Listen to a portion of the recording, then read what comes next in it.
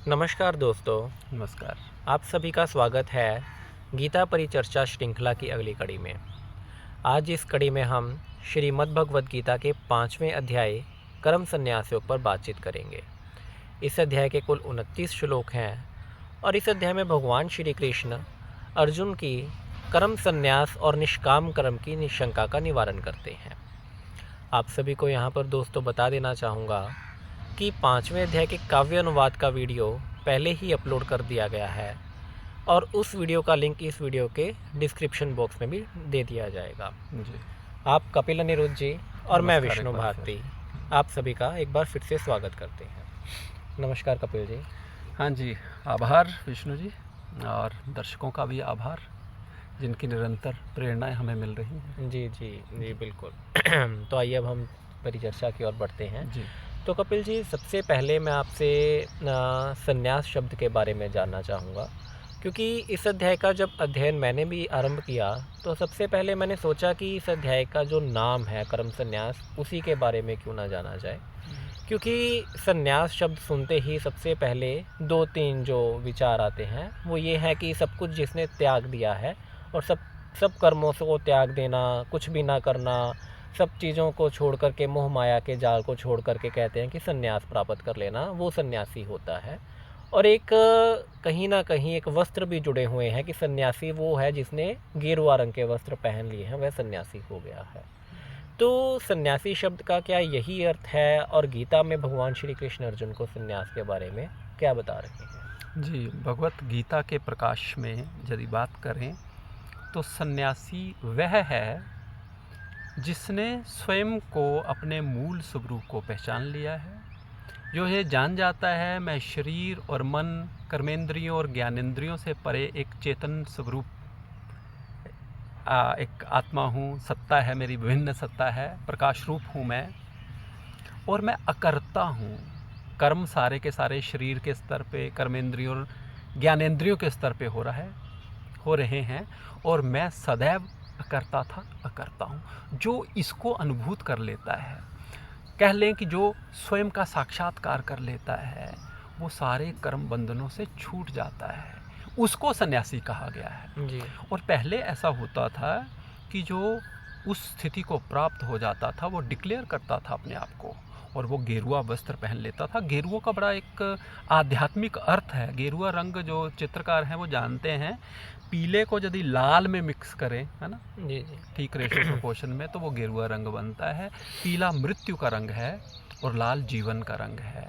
जिसने स्वयं के सभी स्वार्थों के लिए अपने आप को मृत घोषित कर दिया और जग कल्याण के लिए, स्वयं के और सबके कल्याण के मार्ग पे जो आगे बढ़ रहा है, वो सन्यासी है वास्तव में। तो सन्यासी भी अंततः जो कर्म करता है वो निष्काम भाव से स्वयं को प्राप्त होने के बाद वो जगत कल्याण के कार्य करता है। ऐसा नहीं है कि वो कार्य नहीं कर रहा है।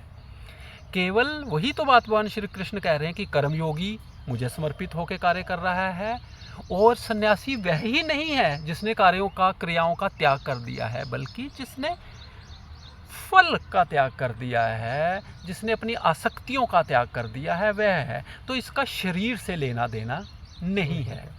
अब होने ये लग गया ना, प्रॉब्लम वहाँ आ गई कि भीतर से उसको स्वयं को जिसने अनुभूत नहीं किया उसने भी गेरुआ रंग पहन लिया। जी जी यही तो भ्रम में डालने वाली बात हो गई ना।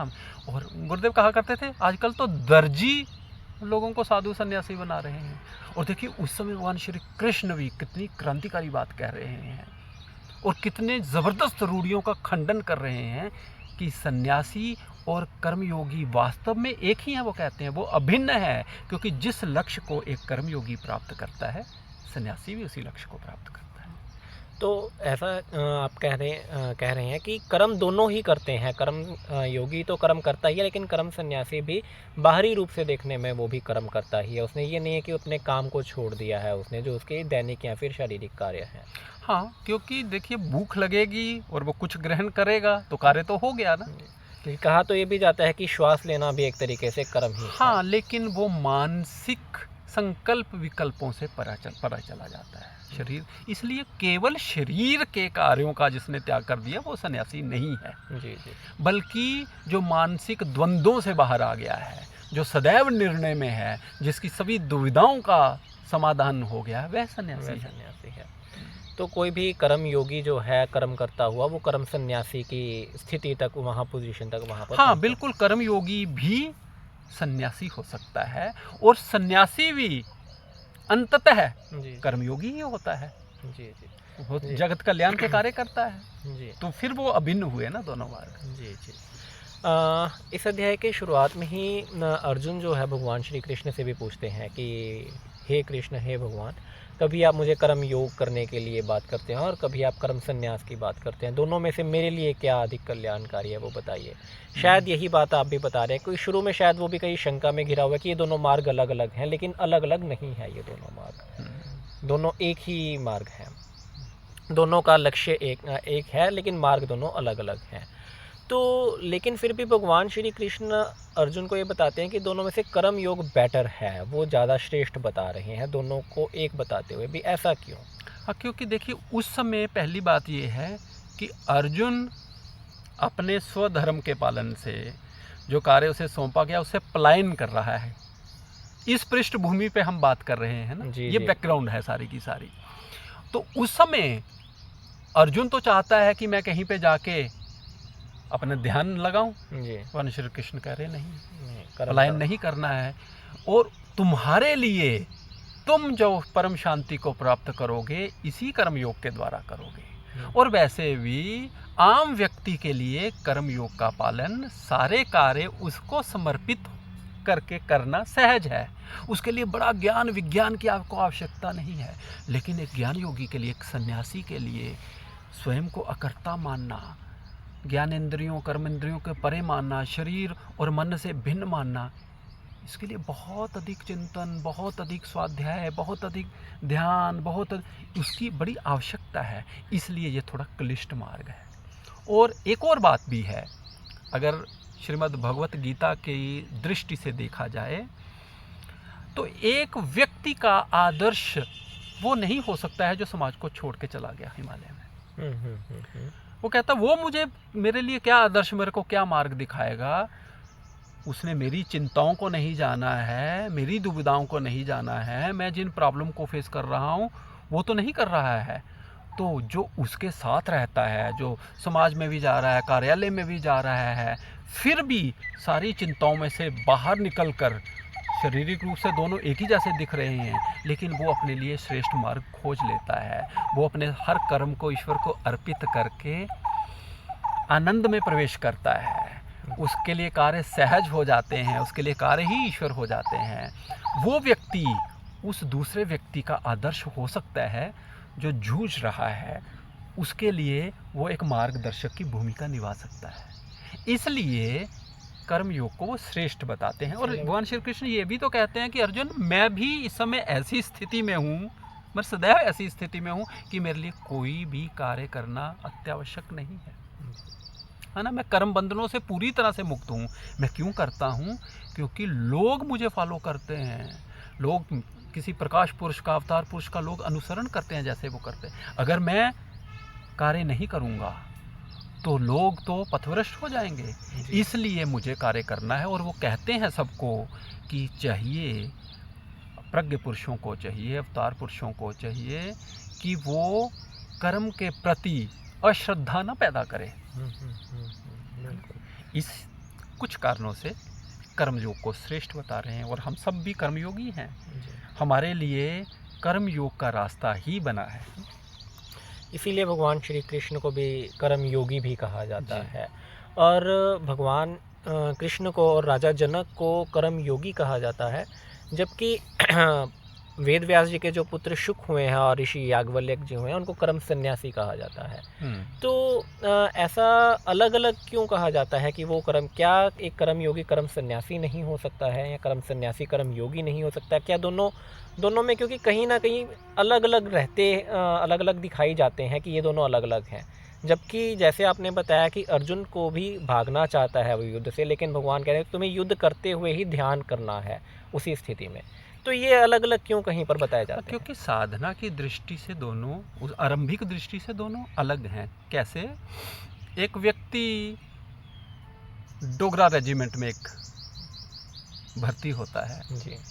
एक गोरखा रेजिमेंट में चला जाता है, उनकी अपनी पद्धतियां हैं, उनके अपने रूल्स रेगुलेशंस हैं, उनका अपना ढंग है, डोगरा रेजिमेंट का अपना ढंग है। ये तो नहीं हो सकता है कि एक सैनिक कहे मैं एट ए टाइम दोनों जगह पे जाऊंगा। जी नहीं, डोगरा बिल्कुल रेजिमेंट का भी बिल्कुल नहीं, होगा, एक गोरखा नहीं। भी को एक ही का पालन करना पड़ेगा।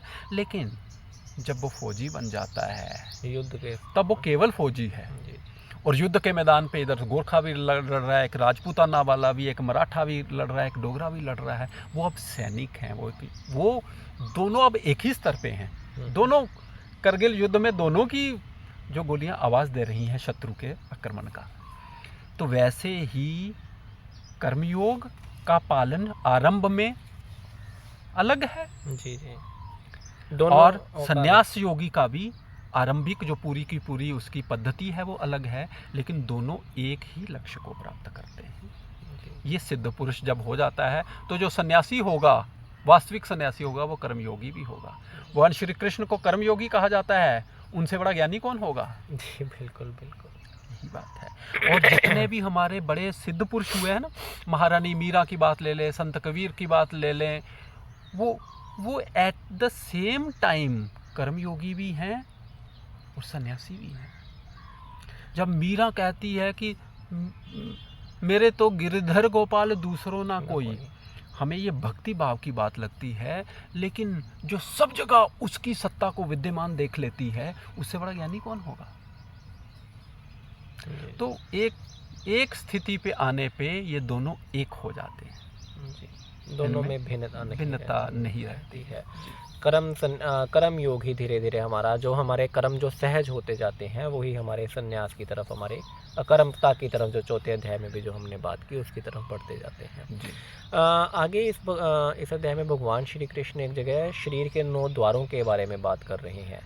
ये 9 द्वार कौन से हैं, क्या हैं शरीर के 9 द्वार, और इनका क्या संबंध है कर्म योग या कर्म संन्यास से? हाँ, देखिए, अब ज्ञान योगी को अपने 9 द्वारों के बारे में पूरा ज्ञान प्राप्त करता है। वो हमारी 5 ज्ञानेंद्रियां हैं, आप जानते हैं। जी नहीं, एक बार आप बता देंगे। 5 हमारी ज्ञानेंद्रियां हैं, जिसमें आंखें, आंखों का काम देखना है ना। हमारे कान है, कानों का काम सुनना है। हमारी जिह्वा है, जिह्वा का कार्य बोलना है। नासिका है, जिसका कार्य सूंघना है। हमारी त्वचा है, जो स्पर्श करती है। ये 5 ज्ञानेंद्रियां हैं, क्योंकि ये ज्ञान के ये 5 द्वार हैं प्राप्त करने के। देख के हम कहीं ज्ञान प्राप्त करते हैं, कहीं सुन के ज्ञान प्राप्त करते हैं, कहीं सूंघ के ज्ञान प्राप्त करते हैं। बड़ी सुंदर खुशबू आ रही है, तो ज्ञान ये हुआ ना आपको। कहीं स्पर्श के द्वारा, बड़ा कोमल स्पर्श है, बड़ा दिव्य स्पर्श है। तो ये 5 ज्ञानेंद्रियां हैं हमारी। जी जी। और उसी प्रकार से 5 हमारी कर्मेंद्रियां भी हैं। हमारे हाथ, पाँव, हमारा लिंग, गुदा और जीभा। अब देखिए, जीभा ज्ञानेंद्रिय भी है, कर्मेंद्रिय भी है, क्योंकि रस भी लेती है जीभा और बोलती भी है जीभा। जी जी, ओके। और 5 और 5 10 होती हैं ज्ञानेंद्रिय और कर्मेंद्रियां, लेकिन जीभा दोनों में है, इसलिए 9 द्वार हैं ये कहे गए। इन 9 द्वारों के भीतर जो ये जान जाता है कि मैं एक चेतना हूँ, एक परम चेतना हूँ, इस शरीर में रह रही है, और स्वयं को अकर्ता, अजर, अमर, अटल, शाश्वत मान लेता है, अकर्ता मान लेता है, वो सन्यासी है। वो सुखपूर्वक रहता है उस 9 द्वारों के शरीर में, जो अपने आप को इन शरीर और मन से भिन्न मान लेता है। जिसको ये समझ आ जाती है मैं कौन हूँ, क्या हूँ, जिसको आत्म साक्षात्कार हो जाता है, वो भगवान श्री कृष्ण कहते हैं वो इस 9 द्वारों वाले शरीर में सुखपूर्वक रहता है। जी। और अभी आज की परिचर्चा के हम आखिरी पड़ाव की ओर बढ़ते हैं और इस अध्याय के भी अंतिम श्लोक की तरफ बढ़ते हैं। तो इस अध्याय के अंतिम श्लोक में भगवान श्री कृष्ण अर्जुन को ये बताते हैं, कहते हैं कि जो कोई भी मेरे बताए हुए मार्ग के ऊपर चलता है या मेरे कहे पर चलता है, वो मुझे बहुत प्रिय है, वो मेरा भक्त सखा है। और जो सारे कर्मों को करता है और मुझे अर्पित करता हुआ जाता है, वो मुझे ही प्राप्त होता है और मैं उसको प्राप्त होता हूँ। तो यहाँ मैंने सोचा भी, ये सोच रहा था कि जो भगवान कह रहे हैं कि मैं उसको प्राप्त होता हूँ, ये तो हम कहते हैं कि कोई भी भक्त अपने भगवान को प्राप्त हुआ, लेकिन क्या भगवान भी अपने भक्त को प्राप्त होते हैं? इसके बारे में अगर आप कुछ बताएंगे हमें। देखिए, एक रियलाइजेशन के बाद ये रियलाइजेशन होती है कि मैं स्वतः ही भगवान हूँ। है ओके। ना। अब एक बूंद सागर में गई या सागर बूंद में गया, लेकिन अल्टीमेटली दोनों एक हो गए। जी। तो वास्तविक अब भगवान ये कह रहे हैं कि मैं उसको कभी नहीं भूलता, जब वो मुझे जो मुझे नहीं भूलता मैं उसको। वास्तविक बात ये है कि हम जब किसी को मैं का बोध हो जाता है, अपने होने का बोध हो जाता है, तो वो अद्वैत हो जाता है। उसके लिए ईश्वर के अतिरिक्त कहीं कुछ रह ही नहीं जाता है। ओके। ब्रह्म भी ईश्वर है, संसार भी ईश्वर जी, है, जी, जी, जी। ऐसा ऐसा भाव हो जाता है। उसके लिए यज्ञ अग्नि भी ईश्वर है, जो उसमें हवन किया जा रहा है वो भी वो भी ईश्वर ईश्वर है, और जिसको अर्पित किया जा रहा है वो भी ईश्वर ही हो जाता है। ऐसा ऐसा भाव है। और भगवान कृष्ण ये भी कहते हैं कि जो निरंतर कर्मों में अपने आप को लिप्त रखते हैं, जो कर्म करते रहते हैं, वो मुझे सबसे अधिक प्रिय हैं। जो सेवा कार्य करते सेवा रहते कार्य हैं, में निष्काम भाव से कर्म निष्काम करते भाव। रहते हैं, मुझे अधिक प्रिय है। जी, जी। तो ये थी दोस्तों आज के हमारे 5वें अध्याय कर्म संन्यासयोग पर एक छोटी सी परिचर्चा, जिसमें आज हमने कर्मों के सिद्धांत, गहरे सिद्धांतों के बारे में, संन्यास कर्म योग और निष्काम कर्म योग के बारे में जाना। आज की परिचर्चा आप सभी को कैसी लगी, इसके बारे में हमें ज़रूर बताएं, या इस कर्म संन्यास या कर्म योग पर आपका कोई विशेष विचार, कोई टिप्पणी हो तो उसे हमें कमेंट बॉक्स में ज़रूर बताएं हमें। तो लेते हैं आज हम दर्शकों से विदा। कपिल जी, बहुत बहुत आभार, नमस्कार। और बहुत सुखद अनुभव है ये सारी परिचर्चाएं। विष्णु जी, आपका आभार, नमस्कार। और दर्शकों आप सबका भी परम आभार। नमस्कार।